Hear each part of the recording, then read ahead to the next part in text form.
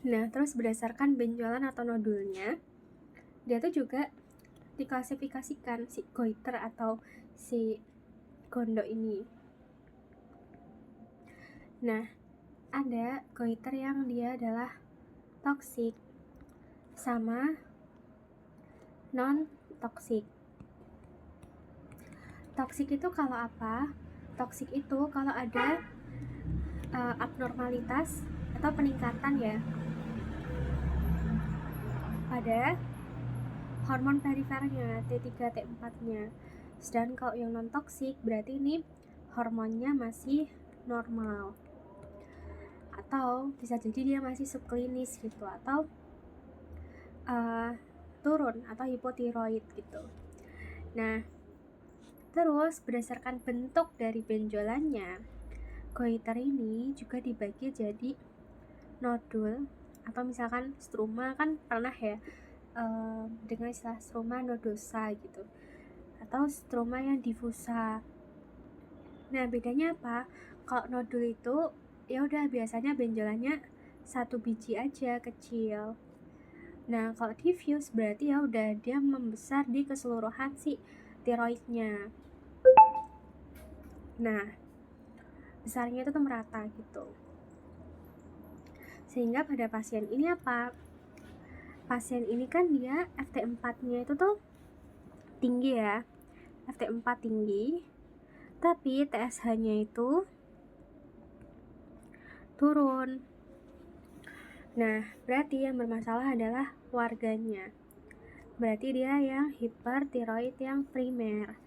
Nah, hipertiroid primer itu kan sebenarnya penyebabnya macam-macam ya. Dia bisa aja penyebabnya karena infeksi, atau bisa juga karena penyakit Graves' disease atau yang lain sebagainya. Nah, karena dia di sini udah bilang ada thyroid antibody. Siapa yang punya thyroid antibody? Itu adalah si Graves' disease, karena dia termasuk penyakit autoimun. Nah, biasanya pada pasien Graves' disease ini, dia khasnya juga adalah ada exophthalmos.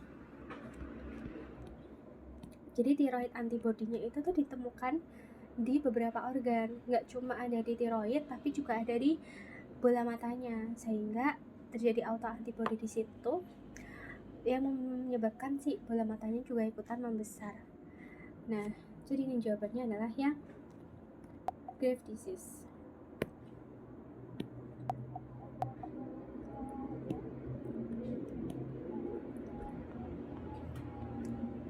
Nomor 5. Di sini diketahui Nyonya Petal, dia usianya 47 tahun.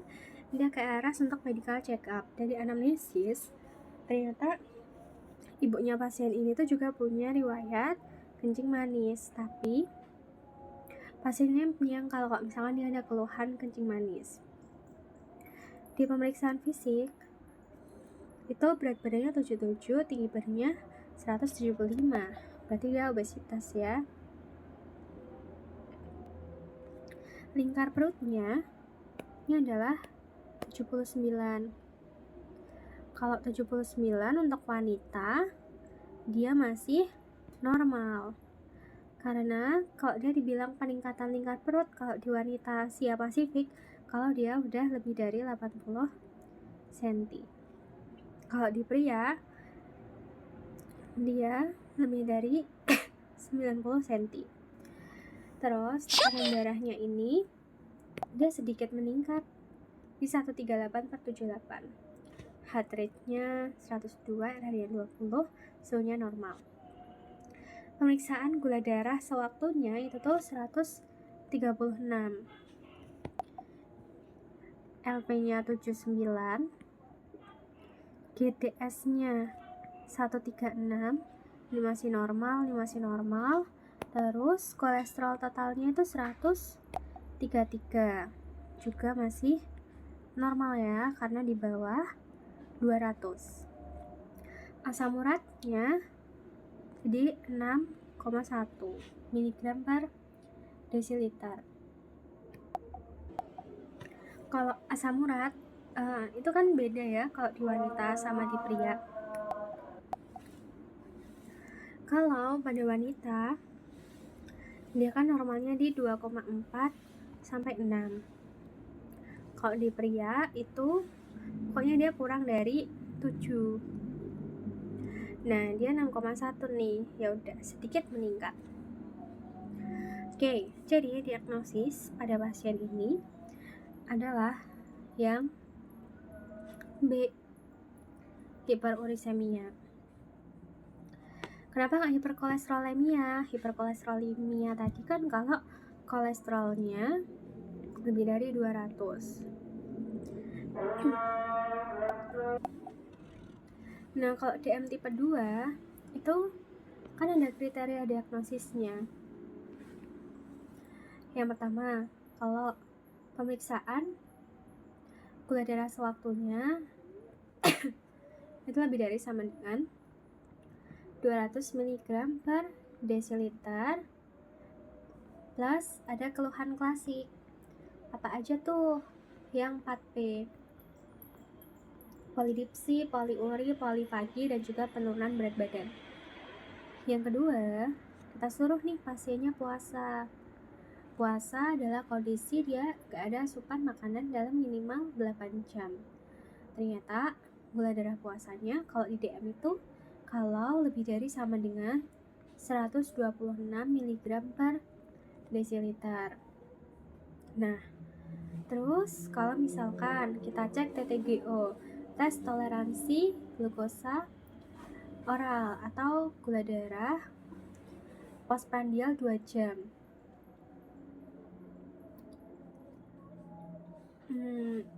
Kalau misalkan dia dalam 2 jam habis TTGO dengan beban glukosa 75 gram oral dan didapatkan lebih dari 200 mg per desiliter, ya udah dia DM. Yang keempat, kita cek kadar HbA1c-nya, kok dia lebih dari sama dengan 6,5%. Nah, ini adalah kriteria dari DM. Sedangkan pada pasien ini enggak ya, karena dia cuma ada data GDS-nya 136 dan ini pun di bawah 200, jadi normal. Oke, jadi DM enggak, hiperkolesterol enggak. Terus ke sindroma metabolik. Nah, kalau yang namanya sindroma metabolik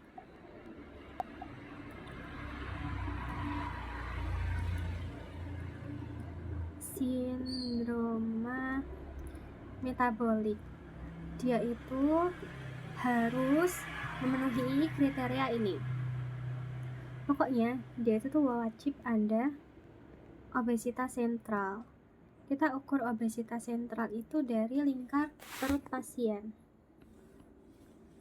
Kalau pada wanita, kalau lingkar perut pada wanita normalnya kurang dari 80 cm. Kalau pria itu kurang dari 90 cm. Kan? Nah, kalau pada sindrom metabolik kalau lebih dari 80 cm dan lebih dari 90 cm sama dengan ya. Nah, itu yang disebut obesitas sentral. Plus lebih dari 2 kriteria berikut. Yang pertama, dilihat dari kadar trigliserida. Jadi bukan kolesterol ya untuk kriteria diagnosis dari sindrom metabolik, tapi dilihat dari TG-nya. Kalau TG-nya itu lebih dari sama dengan 150. Yang kedua, kita lihat HDL-nya atau si lemak baiknya. Nah, ini cut off-nya juga beda. Pada wanita, kalau bagus itu kan berarti lebih dari 50. Nah, kalau kurang dari 50 berarti faktor protektif terhadap aterosklerosisnya itu tuh kurang. Nah, ini juga resiko sindrom metabolik. Kalau pada pria, cut off-nya itu kalau kurang dari 40 itu jelek. Yang ketiga, systolic blood pressure. Ini bukan hipertensi, tapi udah di prehipertensi. Tapi kalau dari guideline ESC yang terbaru sih sebenarnya 130 itu udah masuk ke hipertensi yang grade 1 ya, tapi kalau dari guideline lama itu masih prehipertensi. Jadi jangan tunggu sampai hipertensi. Lebih dari sama dengan 130 SBP-nya atau diastolic blood pressure-nya lebih dari sama dengan 85, ini udah masuk ke kriteria diagnosisnya sindroma metabolik. Yang keempat adalah gula darah puasa lebih dari sama dengan 100. Jadi bukan gula darah sewaktu. Kalau di pasien ini kan dia gula darah sewaktu ya. Oke, jadi kalau ada obesitas sentral plus minus lebih dari sama dengan 2 kriteria ini, baru dia bisa dibilang sindrom metabolik. Sedangkan pada pasien ini dia tidak memenuhi hal itu. Nah, terus untuk hipertensi stage 1 di 138/78 belum ya, kalau misalkan dia masih pakai guideline yang lama. Oke, jadi jawabannya adalah yang B. Soal nomor 6. Tuan Andrum usianya 50 tahun. Dia datang ke RS, keluhannya adalah jari tangannya itu tuh kaku dan membesar, disertai perubahan bentuk wajah. Nah, ternyata baru sadar 1 minggu yang lalu. Dia tuh binaragawan, sama belakang ini kok sepatu sama sarung tangannya sempit ya. Dia juga merasa nyeri kepala pas pagi hari. Tekanan darahnya 135/80, heart rate normal, RL-nya 16. Pemeriksaan fisik ada frontal bossing, ada makrognathia, dan lapang pandangnya ada hemianopsia bitemporal. Diagnosisnya apa? Kalau si frontal bossing ini tuh adalah penonjolan dahi. Jadi dahinya itu saking menonjolnya mirip kayak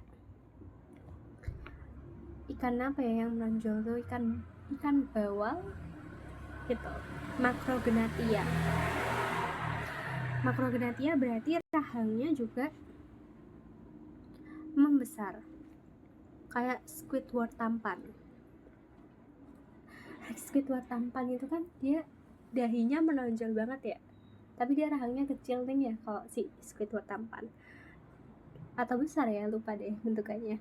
Nah, terus pemeriksaan lapang pandangnya ternyata ada hemianopsia bitemporal. Nah, hemianopsia bitemporal itu kan khas ya, dia biasanya ada sesuatu nih, ada lesi di kiasma optikum.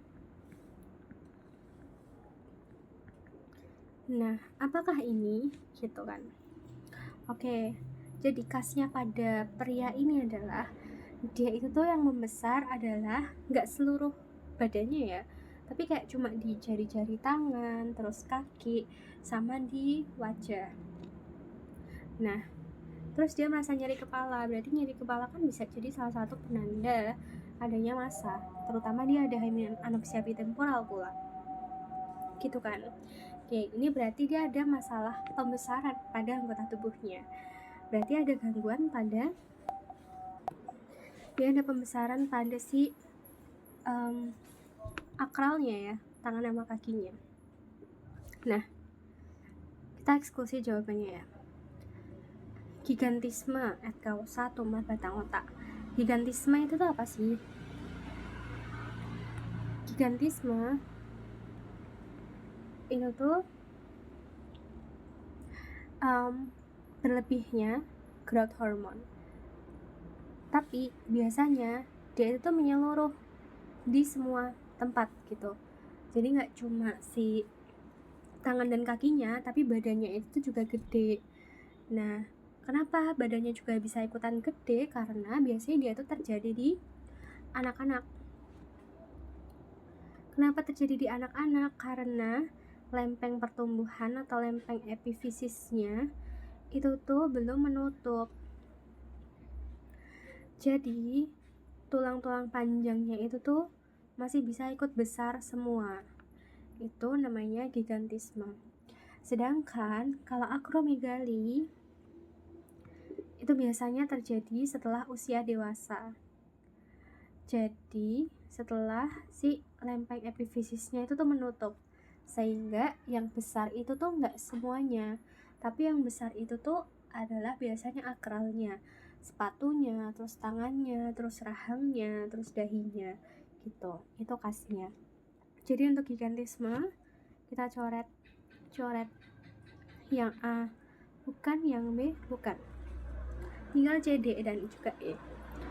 Nah, terus kalau misalkan dia sekresi GH berlebih sebelum lempeng epifisis menutup, ini enggak konkret ya, maksudnya kayak berlawanan ya. Akromegali itu kan setelah lempengnya menutup. Kalau sebelum lempeng epifisis menutup, ini mah pada si gigantisme. Jadi ini definisinya nggak sesuai. Terus kalau akromegali kausa adenoma pituitari, nah ini sesuai. Kenapa? Karena dia ada nyeri kepala, terus ada si lesi di kiasma optikumnya juga. Jadi kan kita curiga nih di kiasma optikum tuh ada apa ya? Di situ ada sela torsika, di situ ada si pituitari. Mungkin pituitarinya ini ada masanya nih, gitu. Kalau misalkan injeksi HGH jangka panjang, growth hormone suntik, ini enggak ya, dia nggak ada keterangan dia menyuntikkan growth hormone. Jadi jawabannya ini adalah yang D. Terus ya nomor 7 ini Nyonya Lezia. Dia usianya 30 tahun, datang ke slimming center untuk menurunkan berat badan karena sering diejek. Di pemeriksaan ini ada tanda vitalnya normal, berat badannya ini memang 99, tinggi badannya itu 169. Nah, pemeriksaan labnya itu ternyata gula darah sewaktunya 176, masih oke lah, masih normal. Nah, kalau GDS itu kan dia normalnya kurang dari 200. Terus LDL-nya dia adalah 78. Ini juga masih optimal ya, masih normal. Karena LDL itu normal atau optimalnya itu kurang dari 100. Terus HDL-nya 40. Nah, ini agak kurang ya, karena kalau di wanita itu harusnya dia normalnya lebih dari 50. Terus kolesterolnya 189. Ini masih normal karena normalnya adalah kurang dari 200. Nah, maka tata laksana yang tepat adalah,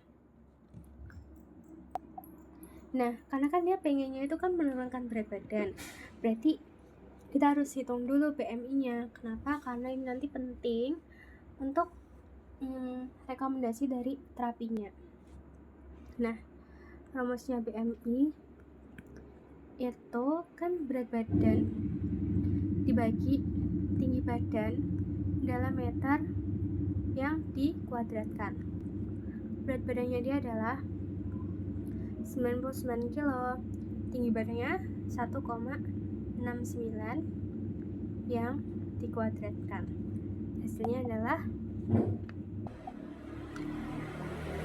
30,83.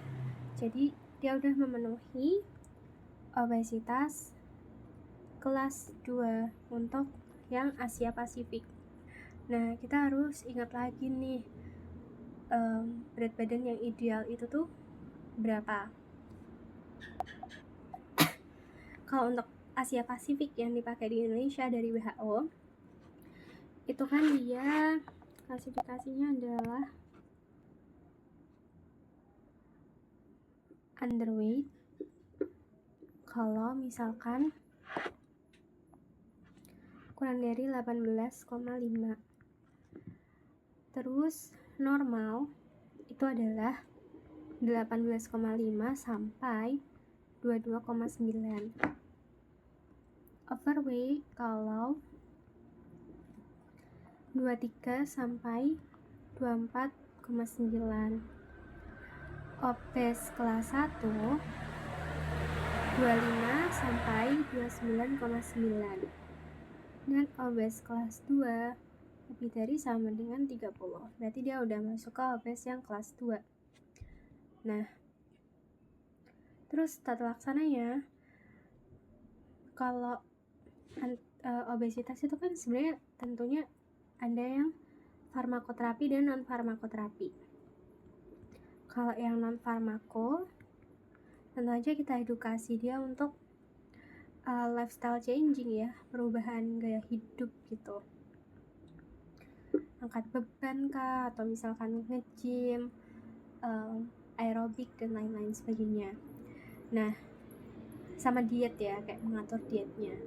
Untuk farmakoterapinya, kalau misalkan dia itu BMI-nya udah lebih dari 30, kita boleh kasih dia obat anti obesitas. Syaratnya tadi BMI-nya itu lebih dari 30. Apa obatnya? Obatnya adalah Orlistat 3 kali 120 mg per hari. Nah, kalau misalkan BMI-nya dia lebih dari sama dengan 40, kita boleh sarankan dia untuk bedah bariatrik surgery. Jadi potong lambung supaya porsi makannya itu tuh lebih dikit, jadi dia lebih cepat untuk kenyang. Jadi ini jawabannya adalah yang C, Orlistat. Kalau amlodipin ini kan obat anti hipertensi, tapi dia ini tuh nggak hipertensi ya, nggak ada keterangannya dia tekanan darahnya berapa.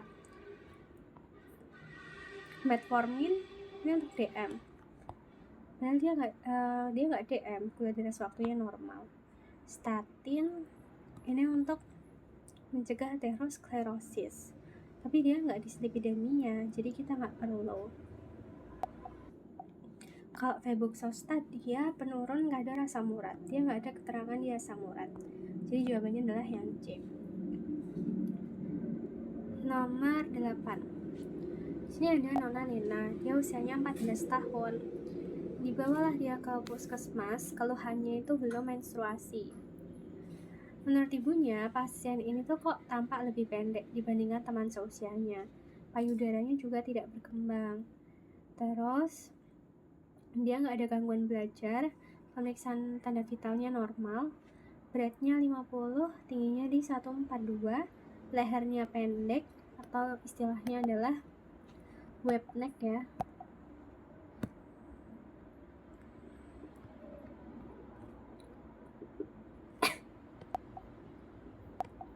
Terus dadanya lebar dengan jarak antara puting susu yang jauh. Terus ternyata dia ini tuh perkembangan rambut pubis sama payudaranya itu masih di Tanner stage 1.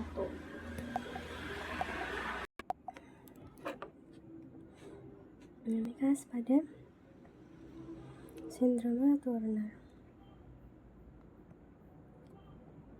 416 kurang 1X.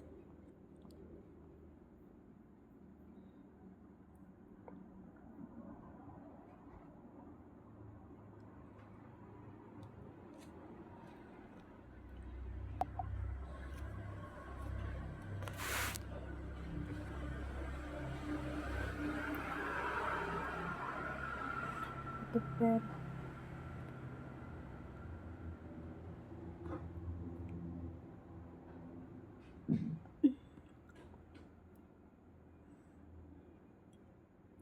Proptosis, benjolan difus, konsistensi kenyal.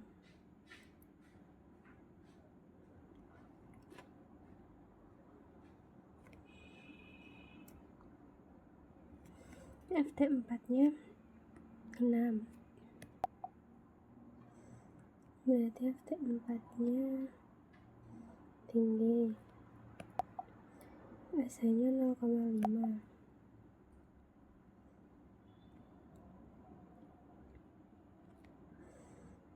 sama ada peningkatan TRAB. Ini tadi yang Graves' disease.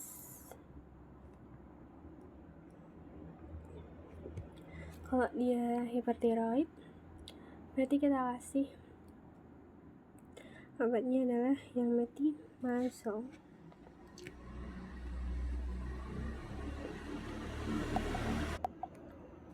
Nah, jadi kalau tata laksananya selain pada hipertiroid itu metimazole.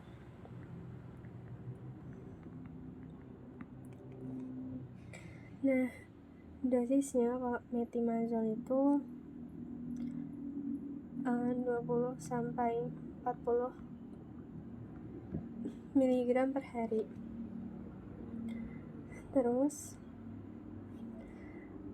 kalau yang lainnya apa? Bisa kita kasih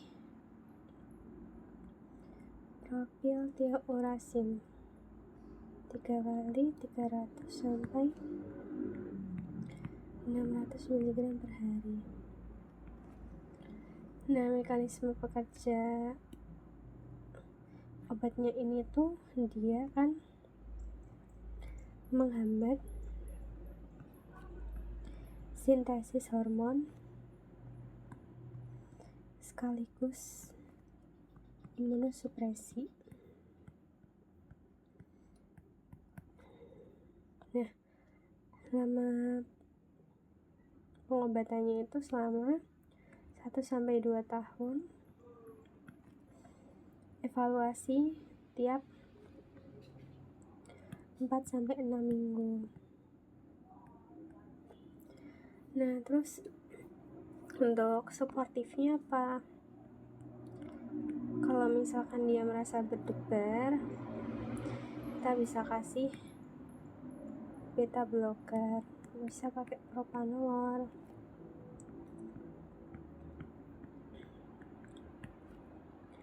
(20 sampai 40 mg, sama ya kayak metimazole per 6 jam.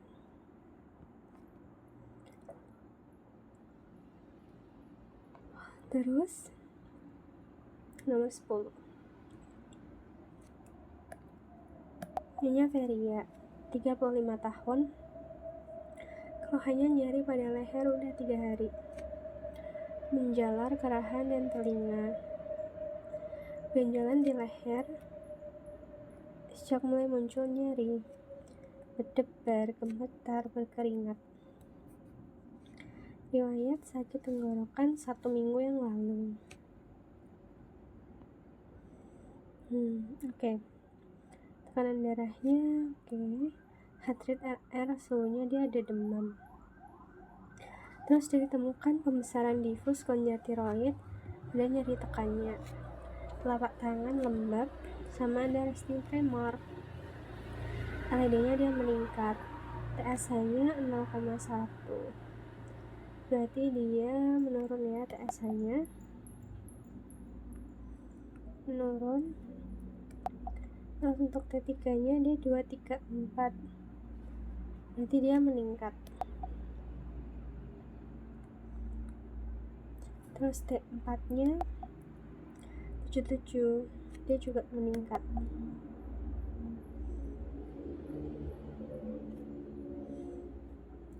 Tes Riau dia ada penurunan uptake pada beberapa area di leher. Oke, diagnosisnya apa? Nah, kalau dari profilnya sendiri, dia ini kan berarti yang hipertiroid primer. Nah, terus dia gejalanya sesuai ya, kayak hipertiroid, dia berdebar, gemetar, sama ada berkeringatnya. Nah,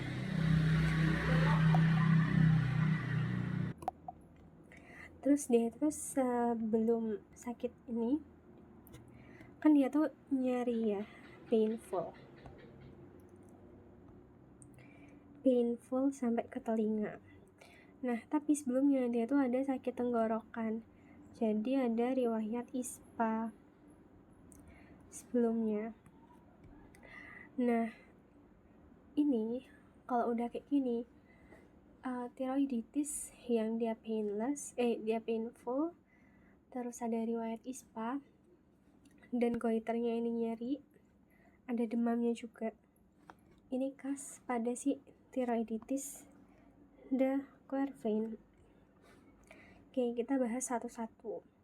Nah, sebenarnya kalau tiroiditis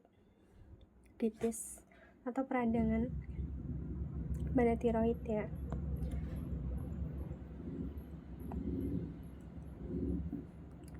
itu kita lihat onsetnya.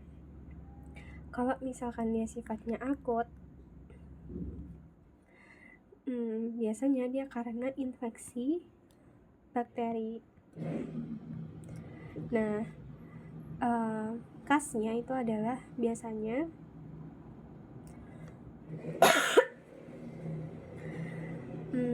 dia masih kemerahan, terus bisa ada pusnya.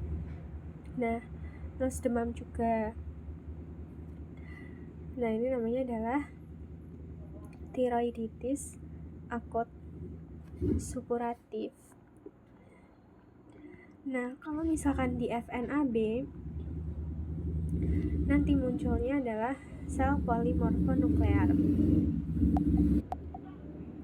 Nah, terus yang kedua, kalau onsetnya subakut, itu kita bagi. Kalau dia painless atau enggak nyeri, itu adalah biasanya tiroiditis postpartum.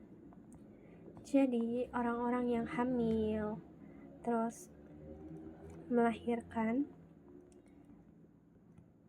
itu biasanya bisa timbul goiter karena hipotiroid, tapi biasanya, dan nanti anti TPO-nya positif. Nah, tapi kalau misalkan dia painful atau nyeri, itu khasnya pada si tiroiditis de Quervain. Nah, khasnya lagi tiroiditis de Quervain ini, dia ada faktor risikonya. Sebelumnya dia ISPA. Gejalanya apa? Goiternya itu kan nyeri saat bergerak, nyeri pada penekanan. Terus biasanya ada tirotoksikosis. Tirotoksikosis itu apa sih? Tirotoksikosis itu adalah gejala-gejala yang menunjukkan dia itu tuh hipertiroid gitu. Jadi kayak misalkan pada pasien ini dia demam, berdebar, terus tangannya basah, berkeringat, panas, gak tahan panas, keringetan gitu. Nah, itu namanya tirotoksikosis. Nah, dan juga demam karena itis ya. Nanti pemeriksaan penunjangnya di FNAB-nya, khasnya ini adalah kita bisa temukan multinucleated giant cell, khas pada infeksi virus ya biasanya. TX-nya apa? Kita kasih aspirin sama dikasih NSAID. Nah, nama lainnya tiroiditis de Quervain ini adalah si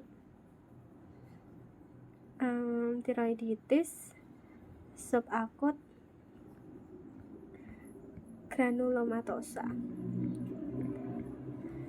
Nah, terus kalau misalkan dia yang ketiga onsetnya adalah kronis. Nah, kronis ini dia bisa si tiroiditis Hashimoto. Tiroiditis Hashimoto. Nah, tapi yang namanya kronis itu tuh dia nggak nyeri ya, jadi dia painless. Kalau di tiroiditis Hashimoto, sama ada juga yang namanya tiroiditis Riedel. Bedanya apa? Jadi pada Hashimoto ini dia itu hipotiroid,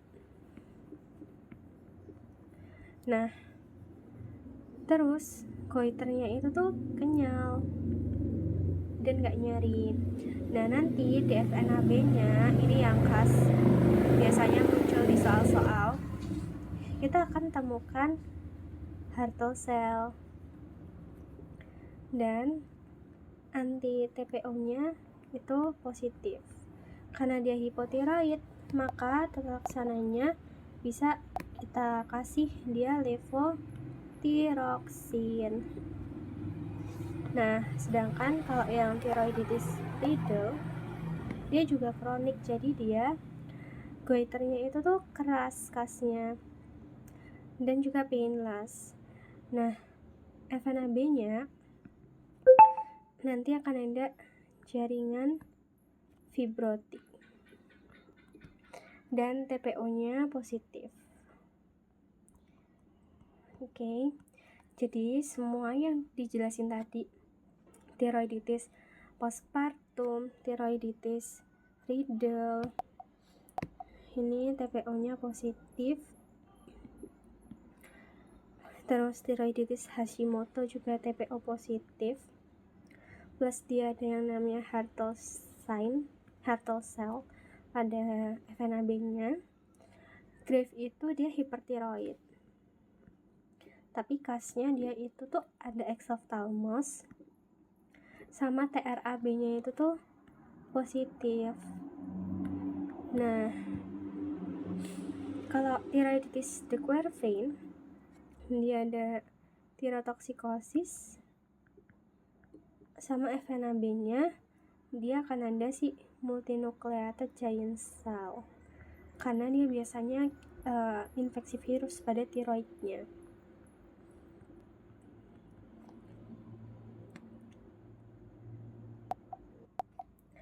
Nah, terus pada thyroiditis de Quervain itu dia itu kan ada inflamasi, ada infeksi virus. Nah, si infeksi virusnya itu dia akan mendestruksi si folikel tiroid. Nah, padahal sel folikel tiroid ini dia tugasnya adalah produksi tiroid kan, T3 T4. Nah, akibatnya hormonnya itu tuh yang ada di folikel itu bocor ke sirkulasi karena destruksi tadi. Nah, jadi karena dia bocor, kelenjarnya itu kan dia tidak aktif mensintesis si hormon barunya. Jadi karena dia udah gak bisa bekerja karena rusak itu tadi, dia gak bisa tangkap iodium baru yang dipaparkan pada tes RAIO ini. Nah, akibatnya apa? Akibatnya si tes radioaktif iodin uptake-nya itu dia sangat rendah, karena dia nggak bisa ngambil iodin untuk bahan baku dia untuk memproduksi hormon karena si sel folikelnya dirusak sama virusnya tuh. Nah, jadi ini jawabannya adalah yang B.